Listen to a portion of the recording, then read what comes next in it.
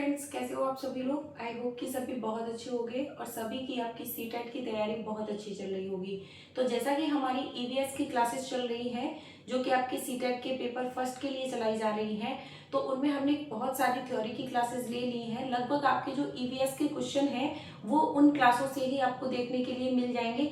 एक बार हम जो ईवीएस है उसका क्विक रिवीजन करने के लिए जो ईवीएस है उसे वन लाइनर के थ्रू कंप्लीट करेंगे। तो आज की जितनी भी हमारी ईवीएस रहने वाली है इसका एक प्रकार से रैपिड रिवीजन होने वाला है जो कि आपका वन लाइनर के थ्रू होगा, यानी कि जितने भी क्वेश्चन हैं, जितने भी ईवीएस में क्वेश्चन हैं वो आपके वन लाइनर के थ्रू कंप्लीट कराए जाएंगे। तो सबसे पहले जो आज हम बात करने वाले हैं वो हमारे क्वेश्चन है एकल परिवार को लेकर, यानी कि जो एकल परिवार होता है, यानी कि जो ईवीएस है उसमें एक चैप्टर दिया गया है, उसमें परिवार के बारे में जैसे पूछा जाता है। तो परिवार में क्या होते हैं, दो टाइप के परिवार होते हैं, एक एकल परिवार होता है, एक संयुक्त परिवार होता है।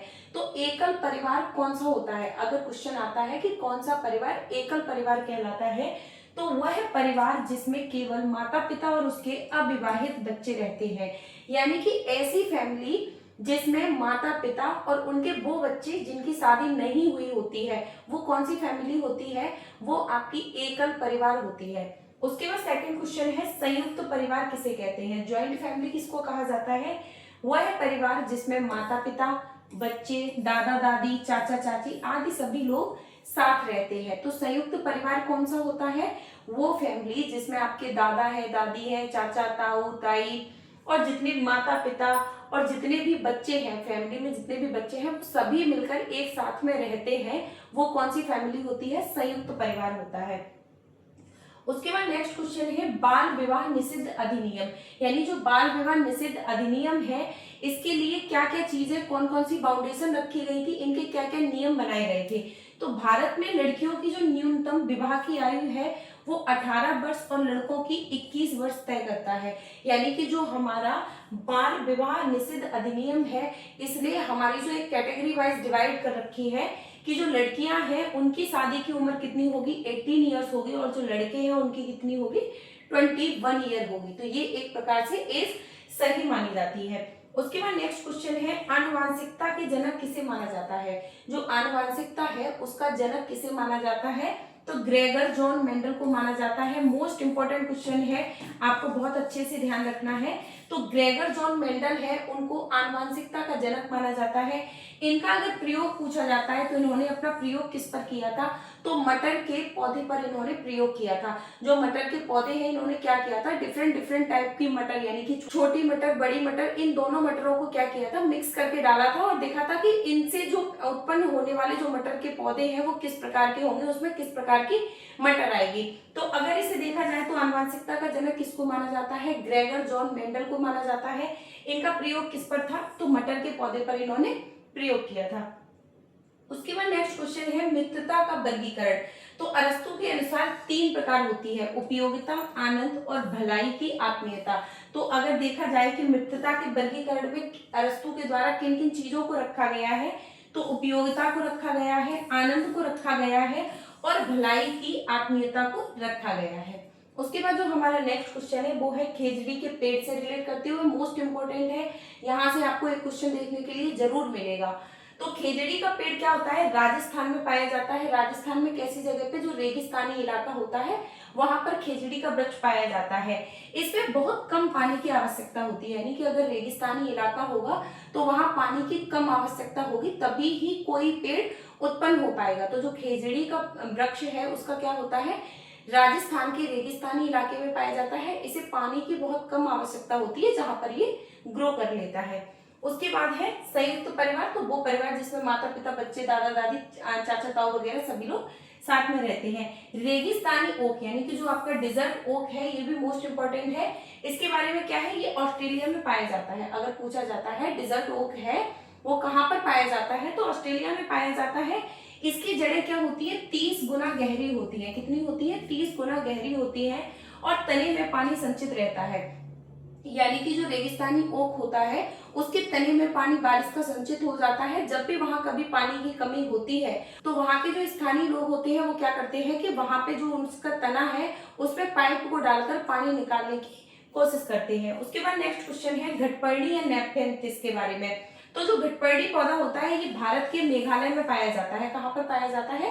भारत के मेघालय में पाया जाता है और ऑस्ट्रेलिया और इंडोनेशिया में भी पाया जाने वाला कीट बच्ची पौधा कहलाता है। जो नेफेंथिस का पौधा होता है ये क्या होता है? भारत के मेघालय में पाया जाता है, ऑस्ट्रेलिया में पाया जाता है, इंडोनेशिया में पाया जाता है।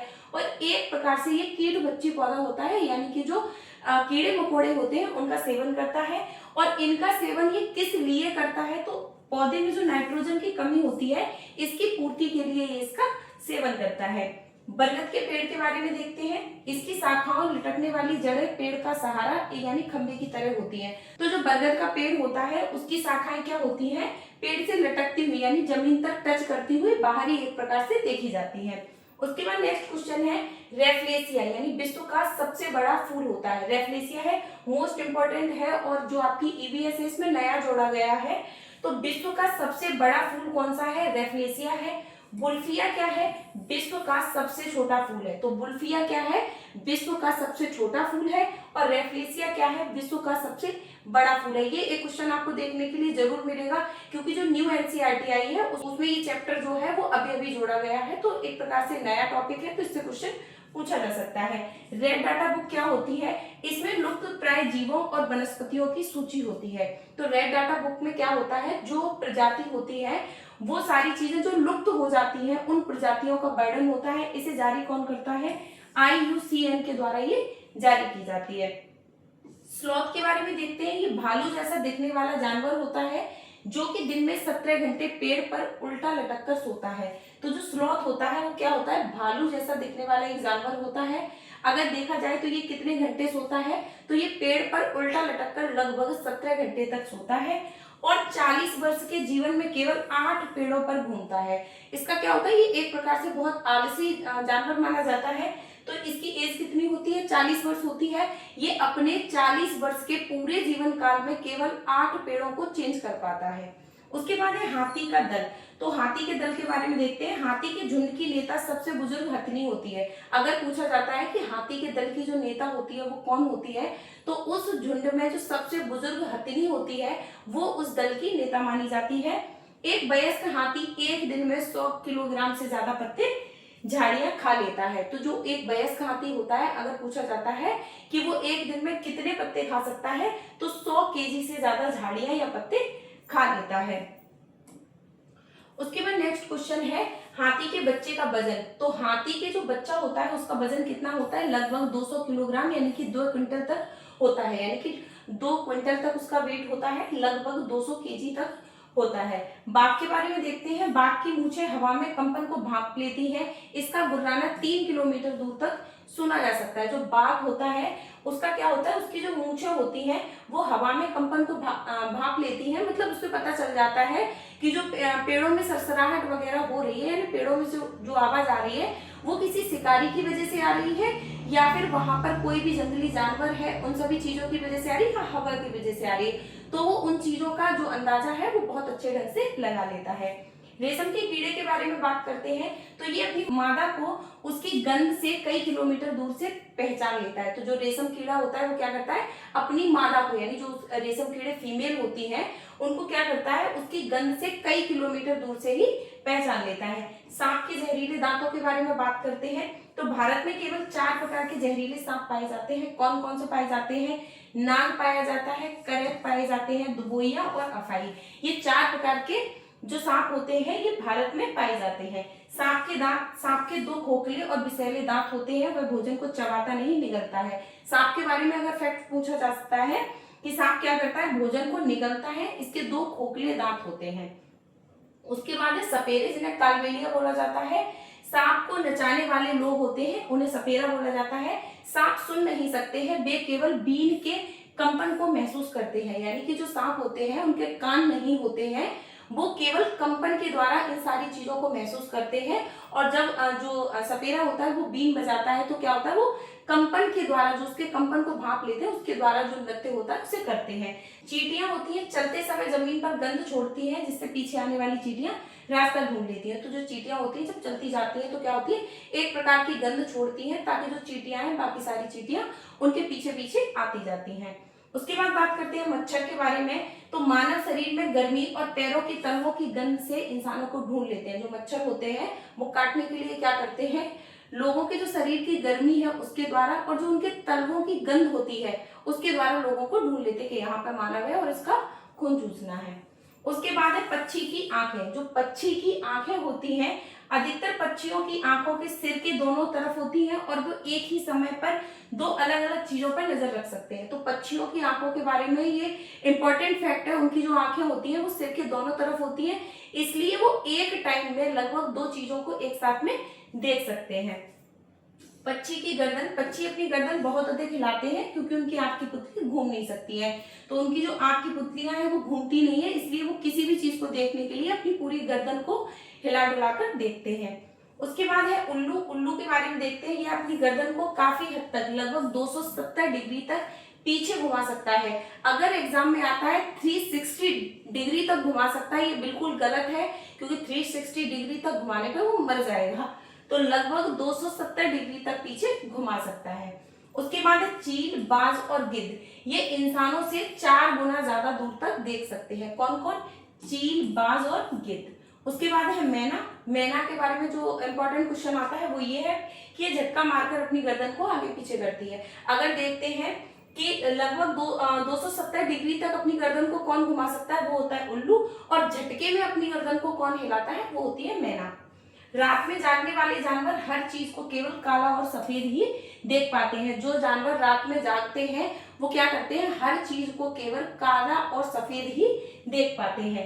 कौवा जो होता है पेड़ की सबसे ऊंची डाली पर घोंसला बनाता है और इसके घोंसले में लोहे के तार भी होते हैं। तो अगर पूछा जाता है कौवा जो होता है वो अपना घोंसला कहाँ बनाता है, तो पेड़ की सबसे ऊंची डाली पर बनाता है और इसके घोंसले में ज्यादातर लोहे के तार भी देखने को मिलते हैं। उसके बाद है कोयल। ये अपना घोंसला नहीं बनाती है, ये कौवे के घोंसले में अंडे देती है। ये बहुत चालाक होती है, कौवे के घोंसले में जाके अंडे दे देती है और कौवा उनके अंडे को सेता रहता है, उसकी देखभाल करता रहता है और जब उसके पक्षी होते हैं वो बड़े हो जाते हैं तब उसे पता चलता है कि ये कोयल के अंडे थे। उसके बाद है दर्जन चिड़िया, जो अपनी नुकीली चोंच से पत्तों को सी कर यानी पत्तों को क्या करती है, सिलकर अपना घोंसला बनाती है। उसकी चोंच नुकीली होती है तो वह पत्तों को क्या करती है, अपनी चोंच के द्वारा उन्हें एक प्रकार से टक कर लेती है और उसके बाद अपना घोंसला बनाती है। उसके बाद है शक्करखोरा, जिसे सनबर्ड बोला जाता है। छोटे पेड़ या झाड़ी की डाली पर लटका हुआ घोंसला बनाते हैं। अगर पूछा जाता है कि लटका हुआ घोंसला कौन बनाता है, तो शक्करखोरा बनाता है। नर बुनकर पक्षी कौन होते हैं, घोंसले बनाता है और मादा सबसे अच्छे घोंसले को चुनकर उसमें अंडे देती है। तो जो बीवर पक्षी होता है, जो बीवर बर्ड होती है, उसमें क्या होता है, नर होता है वो घोंसले मतलब काफी सारे घोंसले बना लेता है। फिर जो मादा बीवर होती है वो क्या करती है, उनमें से एक घोंसले का चयन करती है जो उसको सबसे ज्यादा सेफ, सबसे ज्यादा अच्छा लगता है, उसमें अंडों को देती है। विटामिन ए की कमी से कौन सा रोग हो जाता है, रतौंधी रोग हो जाता है। इसके मुख्य स्रोत क्या क्या होते हैं, गाजर है, आम है, दूध है, यानी इन सभी चीजों में विटामिन ए पाया जाता है। उसके बाद है विटामिन B1, इसकी कमी से कौन सा रोग हो जाता है, बेरी रोग हो जाता है। विटामिन सी की कमी से कौन सा रोग हो जाता है, स्कर्वी रोग हो जाता है। इससे कि मसूड़ों में खून आने लगता है। इसके मुख्य स्रोत क्या क्या है, आंवला है, नींबू है, संतरा है, यानी इनके द्वारा इसे प्राप्त किया जा सकता है, एक प्रकार से खट्टी चीजों में मिलती है। विटामिन डी की कमी से कौन सा रोग होता है, तो रिकेट्स हो जाता है, जिससे हड्डियां कमजोर हो जाती हैं। और ये हमें किस चीज से मिलता है, दूध से मिलता है और सूर्य के प्रकाश से मिलता है। दूध से मिलता है और किससे मिलता है, सूर्य के प्रकाश से। एनीमिया जो होता है वो हीमोग्लोबिन या लोहे की कमी से होने वाला रोग होता है। एनीमिया जो रोग होता है उसमें जब लोगों में ब्लड की कमी हो जाती है तब हो जाता है। ये सबसे ज्यादा किसमें पाया जाता है, तो गुड़, आंवला, हरे पत्तेदार सब्जियां, इन सभी चीजों में पाया जाता है।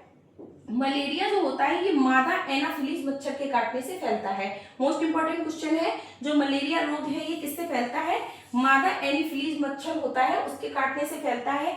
इसकी दवा कुनेन यानी सिनकोना के पेड़ की छाल से बनती है। तो इसकी जो दवा है कुनेन, वो सिनकोना के पेड़ की छाल से बनाई जाती है। उसके बाद है मलेरिया की खोज किसने की थी, तो रोनाल्ड रॉस ने की थी।